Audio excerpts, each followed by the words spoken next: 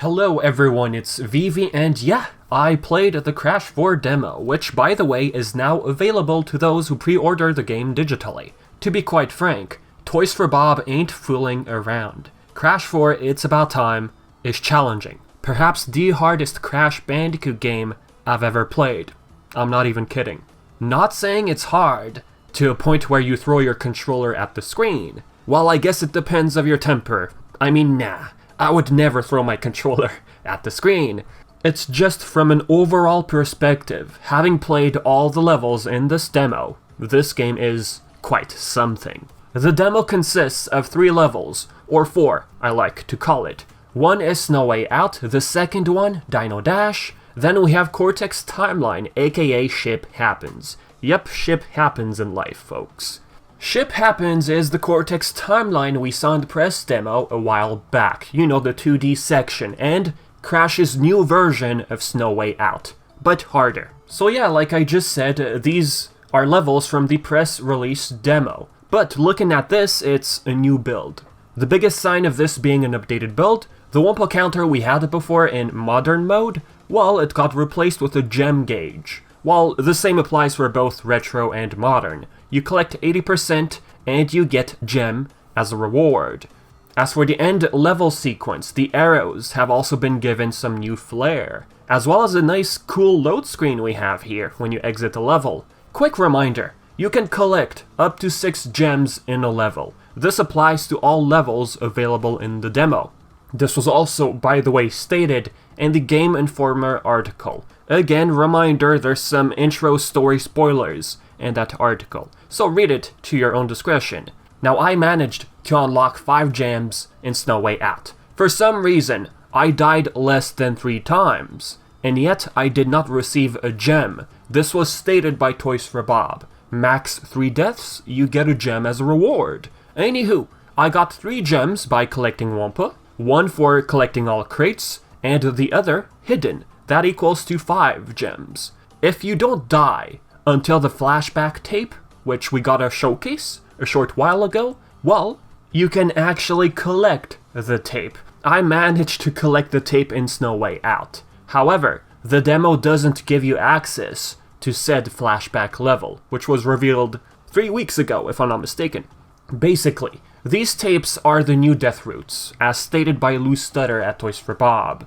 They're unlocked in the same fashion as death routes. Make it until the death route platform originally and you would unlock the platform. The same goes for these tapes. With that said, we're all aware that this is a brand new Crash game. A new game we haven't seen in a very long time. I absolutely have to discuss the mechanics of this game. Let's go. Let's use Snow Way Out as our primary example. Ice in this game is the most slippery type of ice I've ever experienced in any Crash game.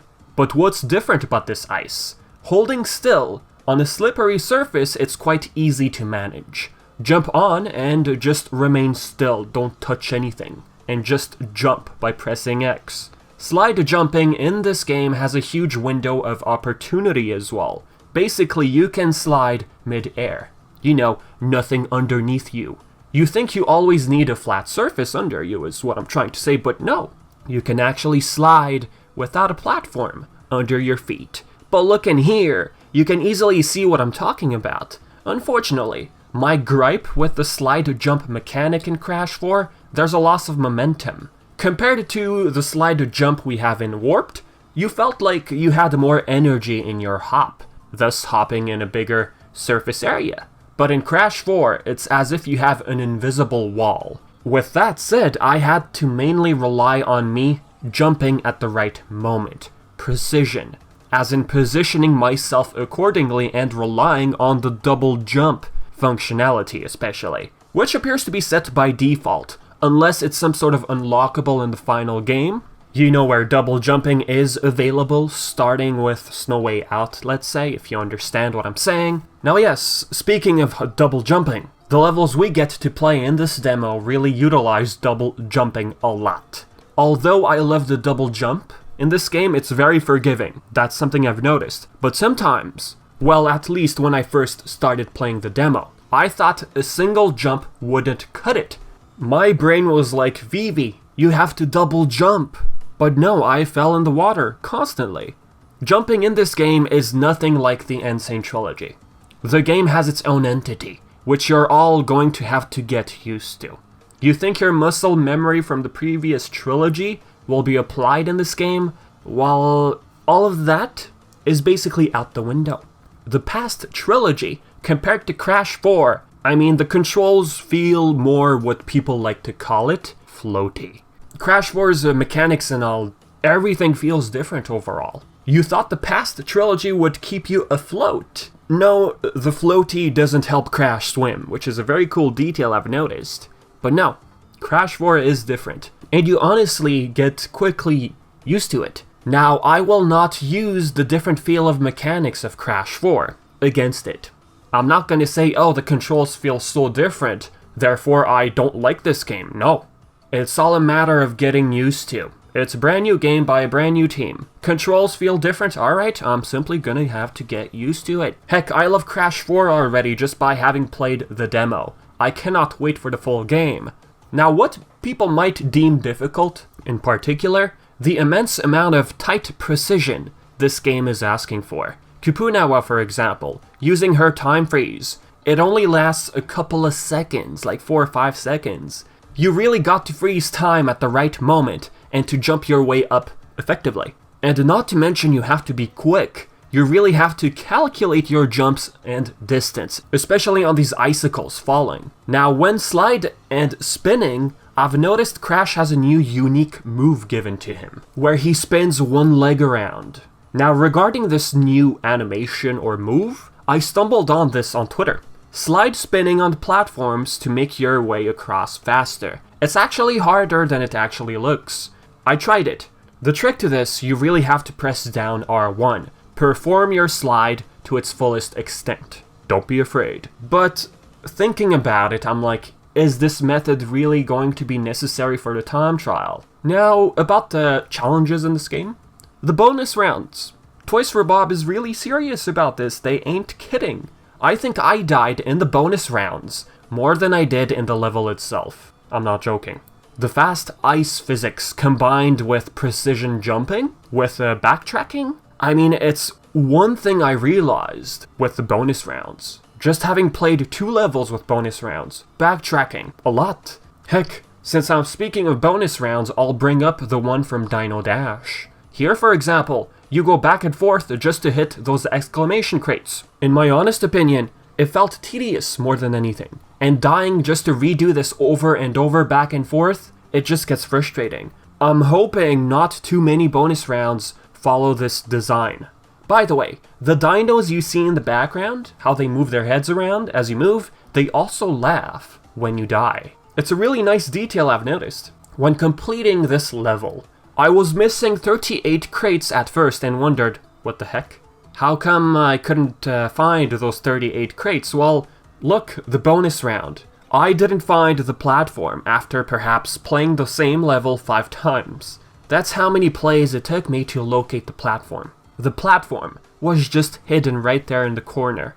I'm not sure whether or not that's a bad thing, but all I know is I never had this much difficulty locating a bonus platform. Using Lani Loli at first can be slightly daunting, phasing through crates, pressing different buttons, getting confused. It happened to me. But you eventually get the hang of it. However, what's really weird is the fact that the demo didn't instruct me what buttons to press if I wanted to slide or zip line. So I died until I figured it out. Dino Dash is the elephant in the room, thanks to its lava 2D section. At first, looking at this, I'm like, oh, no. You're telling me I have to hop on those, avoid the lava, and slide, jump through that gap. Not one gap. Gaps, actually. The tip I have for you, be patient. Patience is key. At first I thought this section was ridiculous, but be patient. Time your jumps accordingly. Once you land on the platform, fully slide like I said before. Really press R1. Don't be impatient. Don't attempt to be too quick to slide jump. You're just gonna hit the gap and get hit by lava. Remember, you can slide mid-air in this game. Use that to your advantage here. Perform your slide to its fullest, and then jump. It should get much easier for you. Trust me. As for the rest of this level, you simply have to figure out when to single jump or double jump. You know, where the double jump is warranted. The circle below you, wow, can't believe I'm gonna say this, I found it quite helpful. Actually playing it and looking at it, I felt like they're two different things. Well, obviously, Vivi, you probably understand what I'm trying to say. Like, for example, talking and doing something, they're two different things. I feel I was a bit too quick to judge when looking at the circle. My personal opinion, you don't even feel the circle is below you the more you play, the more you keep your focus on how to advance through the level. I relied on the circle a lot actually, especially jumping on the dino heads. Sometimes you feel like you have to double jump, it can get tricky, so I had to rely on that yellow circle below you. Like I said before, the jumping in this game, sometimes you feel like you won't make it, so you either single jump or double jump, but then you realize, oh man, I had to double jump, you know. The toughest level award goes to Ship Happens. Not Cortex, but the section with Crash. Timing everything with Kupunawa is one thing, but backtracking is notorious for this level. Activating those exclamation crates. Some crates are placed in a way where it's guaranteed you'll fail on your first attempt. Correct me if I'm wrong, I managed to win this level with the most amount of deaths. And lo and behold, one crate missing. What an absolute fantastic feeling when playing a Crash Bandicoot game. Hello darkness, my old friend. The part with Cortex. How the gameplay actually starts, well, it's fun. It's its own self-contained type of challenge, which I really admired. Now, moving from the controls of Crash to Cortex, it was confusing at first, and what I mean by this, Cortex doesn't double jump, he only single jumps, so you can already guess what it was like for me to play as Cortex at first. It takes some getting used to. You simply jump once. You really position yourself so you can dash forward successfully. You shoot the enemies properly so they transform into either a solid platform or a bouncy one. And make sure you really shoot at the right time. If you fail, you just shoot until they revert back and so on and so forth. What's actually cool about this level, you have the freedom to choose how to complete this route, for example. Either start from the bottom or start from the top and then go back to the bottom. My personal favorite is to just start from the bottom, break those crates and make it to the top. Hardest part with Cortex, these nitros. I noticed nitro is spelled fully. In the previous build, we only had the first letter. Remember, you have a window of opportunity to land. Use it. When you either dash left or right, you have a small window of hovering. Use it. It gives you extra momentum to land on the platforms. The metal crate placements even gives you room for error, especially this area in particular. You don't make it, just make sure you fall back on that metal crate below you. But yeah, at first, the nitro's on top when you jump. You really have to dash forward at the right precise time. It can get quite daunting, but you'll get the hang of it. Last thing I'd like to add, the load times when exiting a level or entering a level, it's about 20 seconds. It's not unbearable, I find it's okay. So yeah, with that said guys, if you've played the demo yourself, I'd like to hear your own opinions. Do you agree or disagree with how I describe the mechanics and stuff? Do you feel like it's the hardest Crash game you've ever played? I'd like to know your own thoughts, alright? Leave it all in the comment section below. And as always, I've been Vivi, and thank you so much for watching.